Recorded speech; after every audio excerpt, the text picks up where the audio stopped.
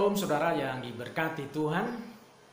Seseorang yang melakukan sesuatu dan ia berjuang dan terus berjuang, maka suatu saat nanti dia akan melihat hasilnya. Sementara seseorang yang melakukan sesuatu tapi ia sudah berhenti karena beratnya perjuangan yang dialami, mustahil ia melihat hasilnya nanti. Tema renungan kita saat ini, jangan pernah menyerah. Nats firman Tuhan dari 2 Korintus pasal 4 ayat 8 dan 9. Dalam segala hal kami ditindas namun tidak terjepit, kami habis akal namun tidak putus asa, kami dianiaya namun tidak ditinggalkan sendirian, kami dihempaskan namun tidak binasa. Puji Tuhan.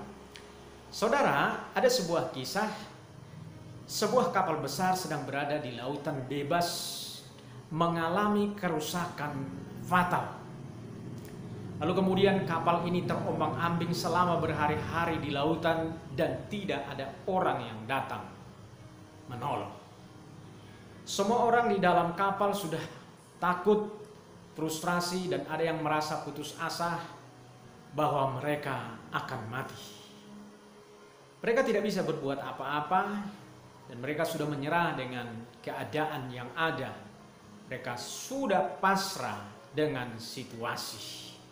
Namun, di suatu malam gelap, seseorang melihat ada titik cahaya di kejauhan.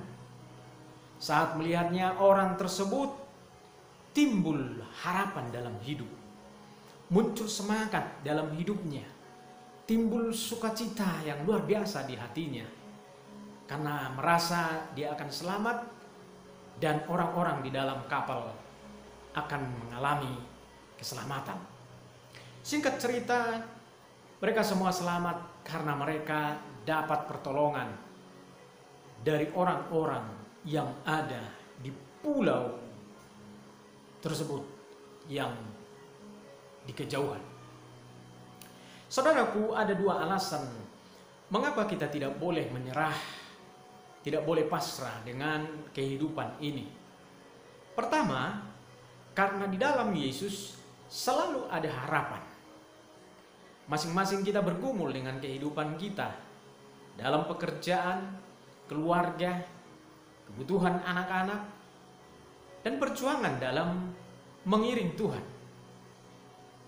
Di dalam kita memperjuangkan semua itu, kita seolah berada dalam situasi mungkin seperti yang dialami oleh Paulus. Kita seperti mengalami tindasan, mengalami hempasan, bahkan merasa seperti kita sudah habis akal.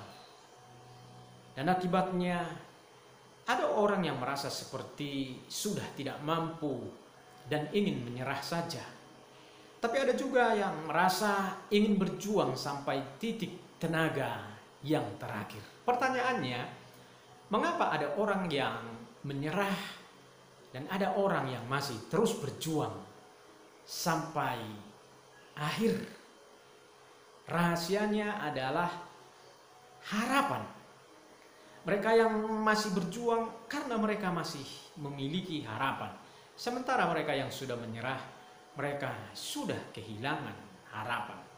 Orang yang memiliki harapan selalu melihat sesuatu di depan, sekalipun yang di depan itu kelihatan gelap, tapi dia melihat ada titik cahaya di dalam kegelapan itu. Kita pernah mendengar di balik awan yang gelap ada cahaya matahari. Orang yang memiliki pengharapan, pernyataan-pernyataannya selalu positif. Pernyataan-pernyataan yang keluar dari mulutnya adalah pernyataan-pernyataan iman. Pernyataan Paulus, dalam segala hal kami ditindas namun tidak terjepit, kami habis akal namun tidak putus asa, kami dianiaya namun tidak ditinggalkan sendirian, kami dihempaskan namun tidak binasa. Saudara, ada seorang ibu dengan 8 anaknya. Ibu ini sudah janda Dia seorang diri memperjuangkan kedelapan anaknya. Dalam kehidupan yang dialaminya, dia berjuang mati-matian, berjibaku mencari nafkah untuk menghidupi kedelapan anaknya dan menyekolahkan. Secara manusia dia sudah ingin menyerah, hampir putus asa karena beratnya perjuangan yang dialaminya. Namun dalam situasi yang dialaminya, dia terus melihat akan anak-anaknya. Dia membayangkan bahwa suatu kali anak-anaknya menjadi anak-anak yang berhasil. Itulah kekuatannya, itulah asanya. Itulah sebabnya dia tidak pernah menyerah, karena ada harapan yang menopang kehidupannya. Yang kedua, apa alasan mengapa kita tidak boleh menyerah dan pasrah dengan kehidupan? Tuhan mampu mengubah keadaan kita menjadi baik. Siapa bilang sakit itu baik? Siapa bilang musibah itu tidak apa-apa? Saudara, itu buruk dan tidak enak. Tapi kalau Tuhan ada di saat kita sakit, di saat kita mengalami musibah, Tuhan mampu mengubah keadaan yang buruk itu menjadi kebaikan untuk kita. Memang untuk melihat kebaikan di dalam sesuatu yang buruk itu, kita membutuhkan waktu dan ketaatan. Saya percaya kita semua pernah mengalami kejadian buruk, dan kejadian itu terjadi secara berkesinambungan. Masalah ini belum selesai, sudah ada masalah yang lain.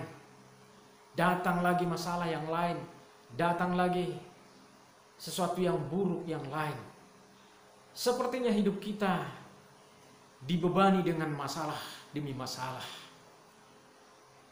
Tapi saudaraku, kalau kita terus berjuang dan melihat bahwa di dalam situasi yang buruk itu, Tuhan akan memperlihatkan kebaikan-kebaikan kepada kita. Saya percaya kita semua pernah mengalami peristiwa-peristiwa pahit dalam hidup. Siapa bilang peristiwa itu baik dan tidak apa-apa? Itu buruk dan sangat menyakitkan. Tetapi saat kita menyerahkan semua peristiwa yang buruk itu kepada Tuhan, Tuhan akan memberi kita kekuatan untuk menanggungnya. Sebab Alkitab berkata, segala perkara dapat kutanggung di dalam Dia yang memberikan kekuatan kepadaku. Tuhan mampu mengubah semua kejadian buruk menjadi baik selama kita ada di dalam pimpinan dan di dalam penyertaan Tuhan. Tuhan ahli dalam mengubah yang buruk untuk kebaikan kita.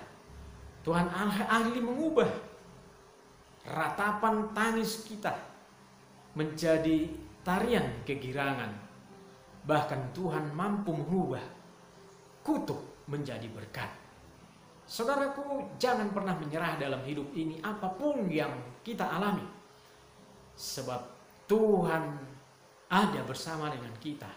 Dan Tuhan mampu mengubah keadaan yang buruk yang kita alami untuk kebaikan-kebaikan kita. Jangan pernah menyerah dan maju terus bersama dengan Tuhan. Tuhan Yesus memberkati. Amin.